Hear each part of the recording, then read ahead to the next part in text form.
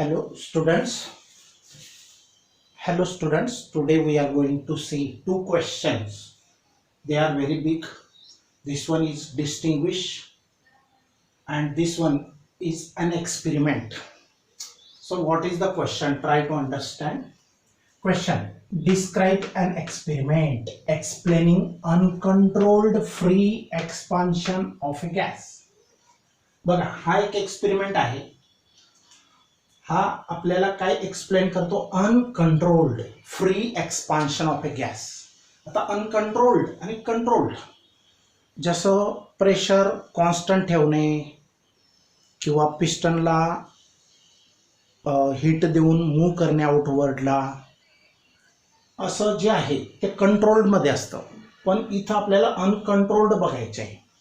आता सिलेंडरचा प्रकार जो आहे तो डिफरंट आहे. इथं पिस्टन नाही आहे, बिगर किंवा पिस्टन नसलेलं सिलेंडर आहे. मग आता हा जो एक्सपेरिमेंट आहे uncontrolled free expansion of a गॅसचा तो आहे. आता बघा consider a thermodynamic system consisting of an ideal gas. एक थर्मोडायनॅमिक सिस्टम आहे. Thermodynamic system consisting of an ideal gas. तर त्याच्यामध्ये एक आयडियल गॅस भरलेला आहे. Confined to a cylinder. Confined means बंदिस्त केला आहे. To a cylinder with a movable massless and frictionless piston. आता इथं पिस्टन हे मूवेबल मासलेस अँड फ्रिक्शनलेसच कन्सिडर करतात. या ठिकाणी पिस्टनचा यूज म्हणजे पिस्टन आहे नाही असं नाही, पण त्याला इन्सुलेशन केलंय म्हणून या पॉइंटमध्ये frictionless movable massless frictionless piston हे जे आहे ते सांगितलेलं आहे, पण त्याचा यूज नाही इथं. The cylinder is surrounded by an insulating material. या सिलेंडरला बाहेरून असं इन्सुलेटिंग मटेरियल लावलेलं आहे. इन्सुलेशनचा अर्थ माहिती आहे ना, इन्सुलेशन जसं एखाद्या वायरला बाहेरून कवर आवरण असतं त्याला इन्सुलेशन म्हणतात. तर हे जे कवर आहे किंवा आवरण आहे तर हे इन्सुलेशन आहे. तर the cylinder is surrounded by an insulating material and it is divided into two compartments. आणि या सिलेंडरचे दोन भाग केलेले, दोन compartment by a thin breakable partition. By thin breakable partition. Partition जसं आपण ऑफिसमध्ये प्लायवूड वगैरेने पार्टिशन करतो तसं इथं या सिलेंडरमध्ये अशा एका मेम्ब्रेनने किंवा ब्रेकेबल पार्टिशनने दोन भाग केलेले आहेत. The cylinder is surrounded by an insulating material and या सिलेंडरच्या बाहेर इन्सुलेटिंग मटेरियल आहे आणि it is divided into two compartments. आणि त्या सिलेंडरला दोन भागांमध्ये, दोन हिस्सांमध्ये, कंपार्टमेंट्समध्ये डिवाइड केलेले आहे. Divided into two compartments by a thin breakable partition. ही थिन ब्रेकेबल पार्टिशन आहे. ब्रेकेबल म्हणजे ब्रेक होऊ शकेल, ती तुटेल, तुटली तर अशी दिसेल. हा breakable partition. The compartment X has a volume VI. हा जो कंपार्टमेंट आहे खालचा that has a volume compartment, हे कंपार्टमेंट एक्स आहे आणि हे कंपार्टमेंट वाय आहे आणि याचं व्हॉल्यूम VI इतकं आहे. The compartment X has a volume VI and that of Y is VI dash. आणि वाय कंपार्टमेंटचं व्हॉल्यूम VI डॅश आहे. पण या ठिकाणी गॅस नाही, तो व्हॅक्यूम आहे, व्हॅक्यूम. तर हे दोन कंपार्टमेंट आहेत एक्स आणि वाय. एक्सचं व्हॉल्यूम किती आहे VI आणि वायचं किती VI डॅश. म्हणजे याच्यापेक्षा थोडंफार वेगळं आहे, कमी पण असेल याच्यापेक्षा किंवा जास्त पण असेल, पण वेगळं आहे VI dash. Okay. So that जर दोघांची टोटल केली VI प्लस VI डॅश तर काय मिळेल आपल्याला V final means final volume of the cylinder. म्हणजे दोन सिलेंडर वेगळे नाहीत, सिलेंडर एकच आहे, फक्त ही बिफोरची पोझिशन आहे. Before the partition is not broken and this one is the situation after the partition is broken. Partition broken केलेल्यानंतरची सिच्युएशन ही आहे. सिलेंडर एकच आहे. तर सो दॅट म्हणजे जेणेकरून टोटल व्हॉल्यूम काय बनणार आहे, हा जर ब्रेक केला, हा पार्टिशन ब्रेकेबल पार्टिशन आहे तो, तर VF is equal to VI plus VI dash. VI plus VI dash is the total volume. VF final volume. The compartment X. आता नेक्स्ट पॉइंट बघा. The compartment X is filled with some amount of gas at some temperature T. Compartment X मध्ये काहीतरी अमाऊंटचा एक gas भरलेला आहे आणि त्याचं temperature T इतकं आहे. Absolute temperature T. The compartment Y is empty. It contains no gas particles. आता कंपार्टमेंट Y जे आहे ते एम्प्टी आहे. आता एम्प्टीचा अर्थ काय की त्याच्यामध्ये अजिबातच मॅटर नाहीये. नो गॅस पार्टिकल्स म्हणजे व्हॅक्यूम आहे. या वाय कंपार्टमेंट मध्ये काय आहे, व्हॅक्यूम आहे. The partition is now suddenly broken. समजा ही पार्टिशन ब्रेक केली, तोडली. This causes a sudden.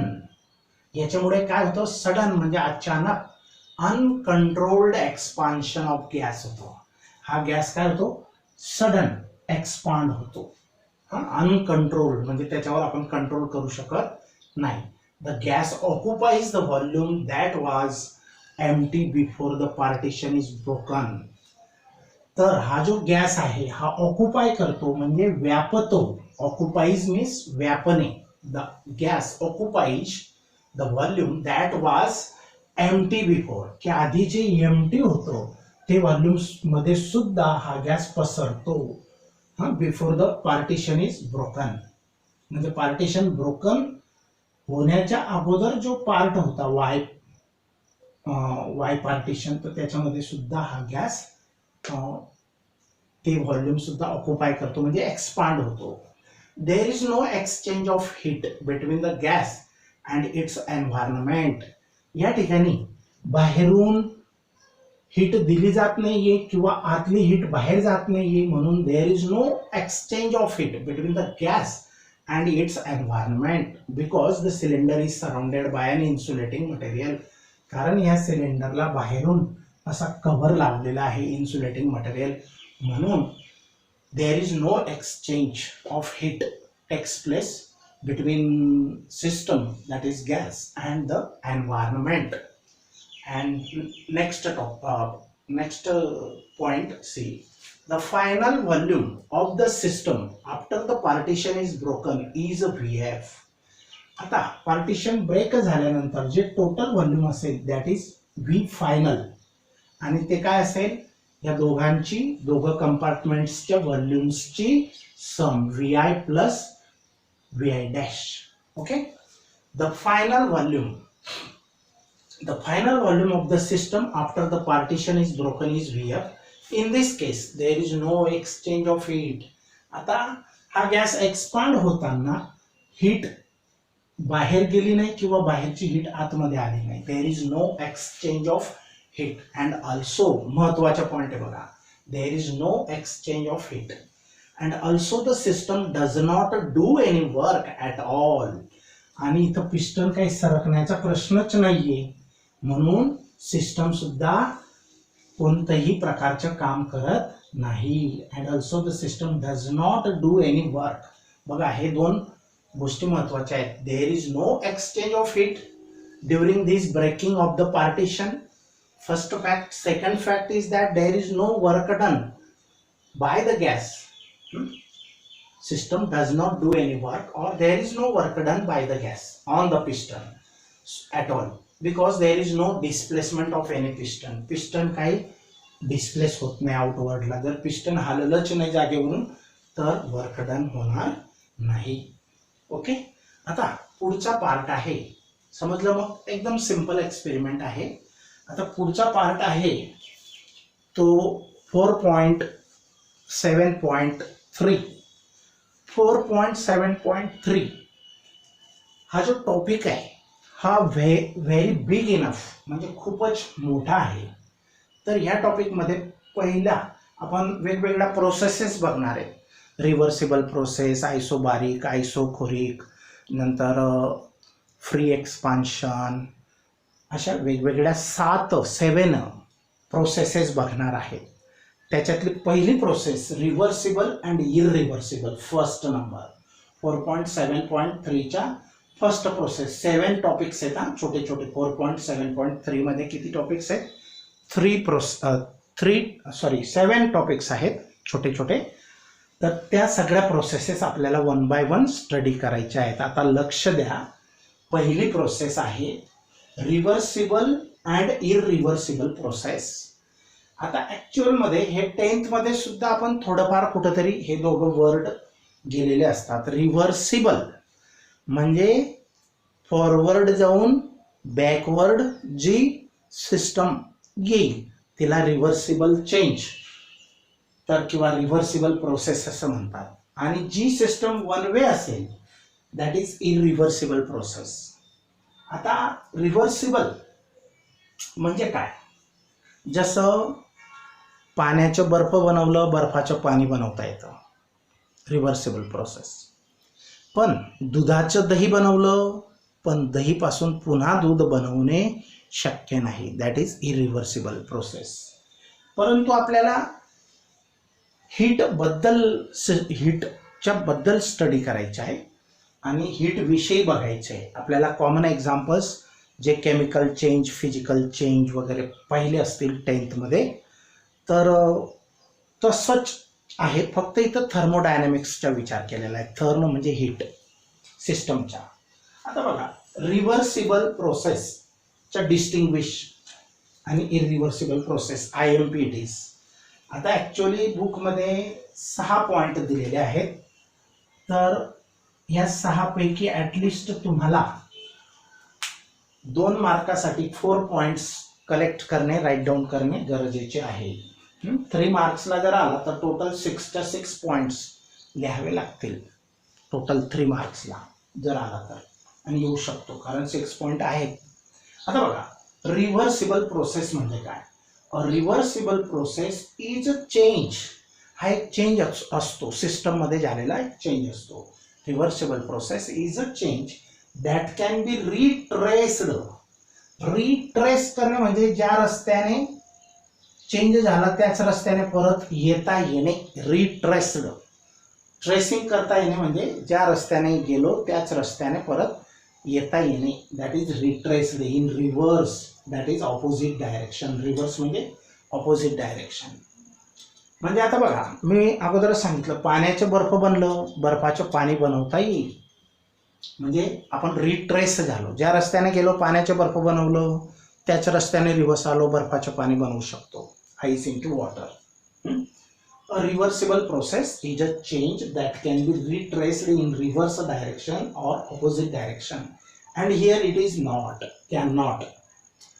An irreversible process is a change that cannot be retraced in reverse or opposite direction. समजलं? मग इथं फक्त आहे कॅन बी आणि इथं कॅनॉट बी, एवढाच फरक आहे.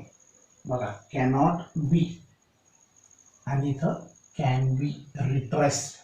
समजलं? मग तर इरिव्हर्सिबल प्रोसेस कोणाला म्हणतात? ज्या रस्त्याने आपण सिस्टममध्ये चेंज करत गेलो, परत आधी जसं सिस्टमची सिच्युएशन होती, कंपोजिशन होती, तशी परत मिळवता येत नाही, वन वे आहे.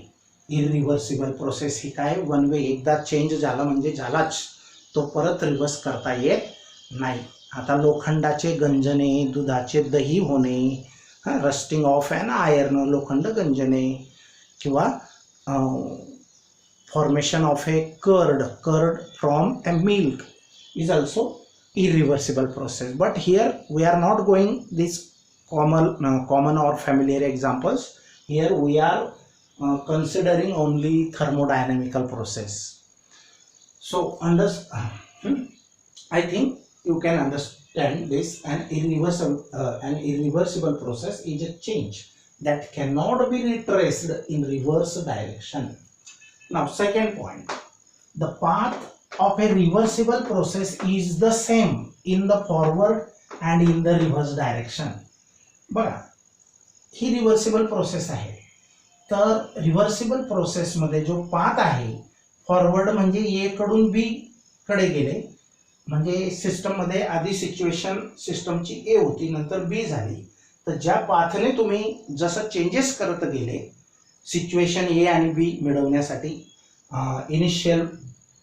Initial state to the final स्टेटसाठी तुम्ही जे पण चेंजेस करत गेले आणि बी स्टेट तुम्हाला मिळाली, तर त्याच्या रिव्हर्स जर आले तर B final to A initial we can reach किंवा पोहोचू शकतो त्याच रस्त्याने, ज्या रस्त्याने जाणार. बघा हे दोन ॲरो काय सांगतात, हा जाणारा गोईंग ॲरो आहे फॉरवर्ड डायरेक्शन आणि हा रिव्हर्स डायरेक्शन आहे, म्हणजे दोघं डायरेक्शनने आपण जाऊ शकतो. The path of a process, reversible process is the same in the forward and reverse direction, but here the path is not same. बघा, the path of an irreversible process is not the same. इथं not the same आहे, समजलं? इथं same आहे, is the same, and here it is not the same in the forward and in the reverse direction. म्हणजे ज्या रस्त्याने जातो त्याच रस्त्याने येईल याची गॅरंटी नाही, दुसऱ्या मार्गाने परत येऊ शकतो. जायचा वेगळा मार्ग, यायचा वेगळा मार्ग. या ठिकाणी A is a initial state of a system and B is a final state of a system. समजला? मग दुसरा पॉइंट, रस्ता हा फॉरवर्ड आणि रिव्हर्स एकच असतो रिव्हर्सिबल मध्ये, आणि रिव्हर्सिबल मध्ये तो नसतो. Not the same path is not same in the irreversible process in the forward and backward or reverse direction. backward ला आपण reverse यूज करू शकतो. पॉइंट नंबर 3 बघा, reversible changes are very slow and there is no loss of energy, loss of any energy in the process. reversible changes हे फारच हळू चालत असतात आणि त्या ठिकाणी लॉस ऑफ एनर्जी होत नाही. चेंज होताना म्हणजे initial state to final state असा चेंज होताना there is no loss of energy in the process और during the process, and these processes, reversible processes are very very slow.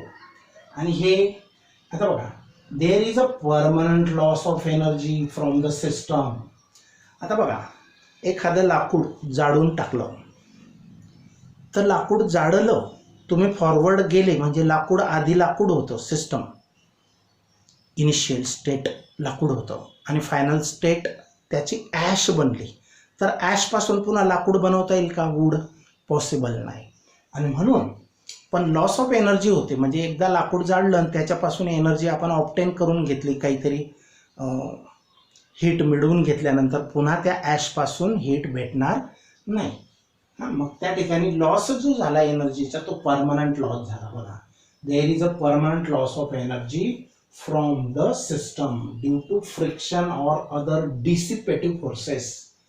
काही वेळेला friction पण होतं पिस्टनचं, आणि डिसिपेटिव्ह फोर्सेस म्हणजे जे फोर्सेस हे होतात, डिसिपेशन होणे म्हणजे खर्च होणे किंवा लॉस होणे. तर dissipative forces in an irreversible process.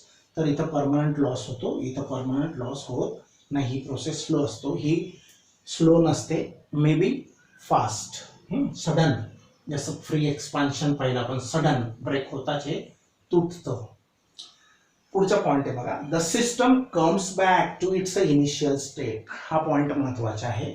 The system comes back to its original और initial state after it is taken along the reverse path.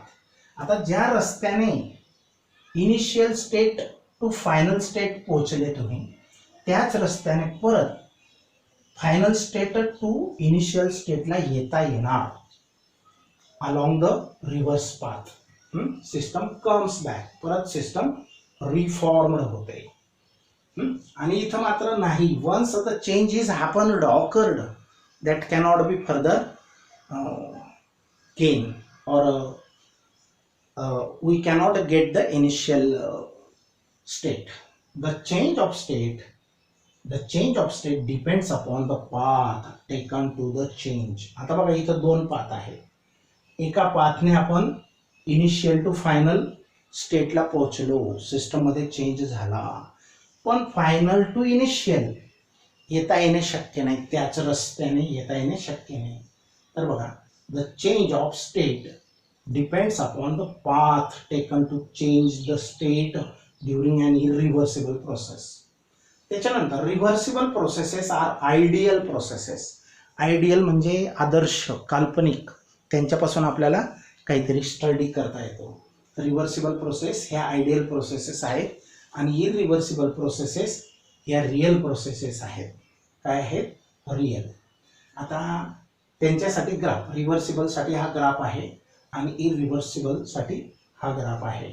हे आपले notations P V diagram, P V diagram आहे. P V diagram for the reversible process is like this and PV diagram for the irreversible process is like this. आता दोघं figure मध्ये PV pressure volume आहे, नंतर PI PF initial pressure final pressure, नंतर दुसरी गोष्ट initial volume final volume, initial volume VI VF. त्याच्यानंतर AB initial state final state. तर A and B are the initial state and B is the final state of a system. Now this is enough today.